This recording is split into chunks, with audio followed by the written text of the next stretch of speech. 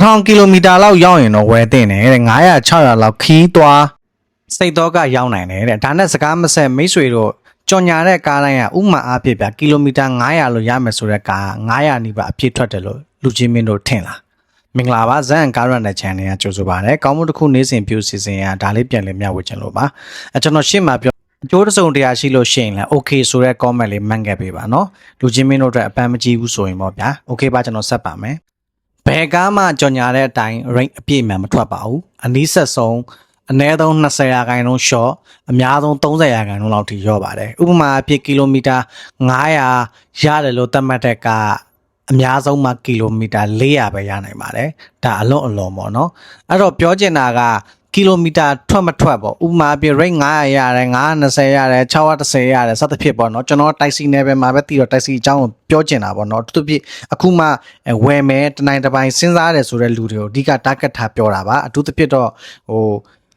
ငွေပုံငွေရှယ်မရှိတဲ့လူတွေအမှားမလုံးမိအောင်ပြောချင်းဖြစ်ပါတယ်ကြံတဲ့လူတွေကတော့ဆရာကြီးတွေကတော့ကြော်သွားပေးပါခင်ဗျာပြောချင်တာတော့ပြန်ဆက်မယ်ဆိုလို့ရှိရင်ပေါ့အဲ့လိုမျိုးပေါ့နော်အဲ့လိုကားတွေကထွက်လာမထွက်လာကိုဘယ်လိုခံမှန်းလို့ရလဲဆိုလို့ချင်းကျွန်တော်တို့မြန်မာနည်းမြန်မာဟန်နဲ့ပဲပြောပါမယ်နံပါတ်1 battery capacity ကိုကြည့်ပါ battery capacity ဘယ်လောက်ရှိလဲနံပါတ်2ခုနလို motor power ပေါ့နော်အဲ့ဒီနှစ်ခုကိုပြန်ပြ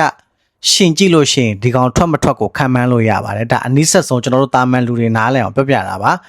အဲ့တော့ဆိုပါတော့ဗျာဥမာအဖြစ် battery capacity 50လောက်ရှိတဲ့ကောင်းနေတော့ rate 900ရမယ်ဆိုလို့ရှိရင်လူကြီးမင်းတို့ယုံသိမယုံသိကိုယ့်ဘာကိုချင်းချိန်ပါနံပါတ်နောက်တစ်ခုကျွန်တော်ပြပြမယ်ကျွန်တော် E2 နဲ့ပတ်သက်တာပဲကိုကျွမ်းကျင်တာဆိုတော့ E2 နဲ့ပတ်သက်ပြောပါ E2 က battery capacity 43.2 ရက်ရှိတယ်သူက range 400လို့ကီလိုမီတာကျွညာတယ်သူအပြည့်ထွက်လားမထွက်ပါဘူးဒါကျွန်တော်တို့ကိုယ်တိုင်ကြုံတွေ့ရတဲ့ result ကိုပြောတာပေါ့နော်ဒါပေမဲ့ blade battery ရဲ့အားသာချက်ကြောင့်အနည်းဆုံးတော့350လောက်တော့ထွက်ပါတယ်ဒါကလည်းကျွန်တော်တို့ခုနလိုကိုဘယ်လိုအားသွင်းတယ်ကိုဘယ်လိုမောင်းတယ်ကိုဘယ်လို weight တွေတင်လဲရာသီဥတုချင်းတွေဘယ်လိုရှိလဲအဲ့ဒီပေါ်တွေပေါ့အများကြီးမူတည်ပြီးကမှ range ထွက်တဲ့အမှန်ကိုတွေ့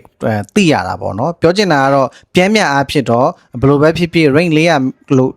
သတ်မှတ်ထားတဲ့ကီလိုမီတာထားပါတော့ဗျာ battery capacity 43ကနေပြီးတော့ battery capacity 50ဝန်းကျင်ရှိတဲ့ကားတွေက range 400လို့သတ်မှတ်ထားပေမဲ့အနည်းဆုံးတော့ range 350တော့ထွက်နိုင်တယ်ဆိုတာကိုခံမှန်းလို့ရတယ်ပေါ့နော်ဟုတ်ပြီဒါဆိုလို့ရှိရင်ထပ်ပြောစရာရှိတာပေါ့နော်ခုတို့တစ်ပြည့်နယ်မှာသုံးမဲ့ user တွေပေါ့နော်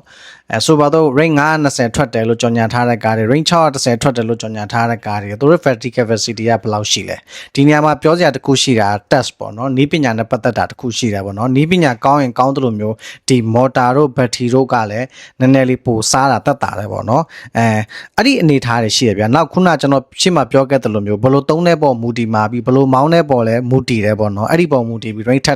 ထွက်တာလဲကွာတယ်ဒါပေမဲ့ဘလို့ပဲဖြစ်နေပါစေလူကြီးမင်းတို့အတူကောက်လိုတိုရှင်းမှတ်ကမှာကကားဝယ်မယ်ဆိုရင် range ထွက်မထွက်သိချင်ရင်ကိုဝယ်မဲ့ကားရဲ့ battery capacity ကဘယ်လောက်ရှိလဲ motor capacity ကဘယ်လောက်ရှိလဲကြည့်ရမယ်အဲ့ဒါကိုကြည့်ချင်းအပြင် range ဘယ်လောက်ထွက်နိုင်လဲဆိုတာကိုခံမှန်းလို့ရတယ်ဥပမာ performance ကားပေါ့ဗျာဆိုပါတော့ Dongfeng Sky က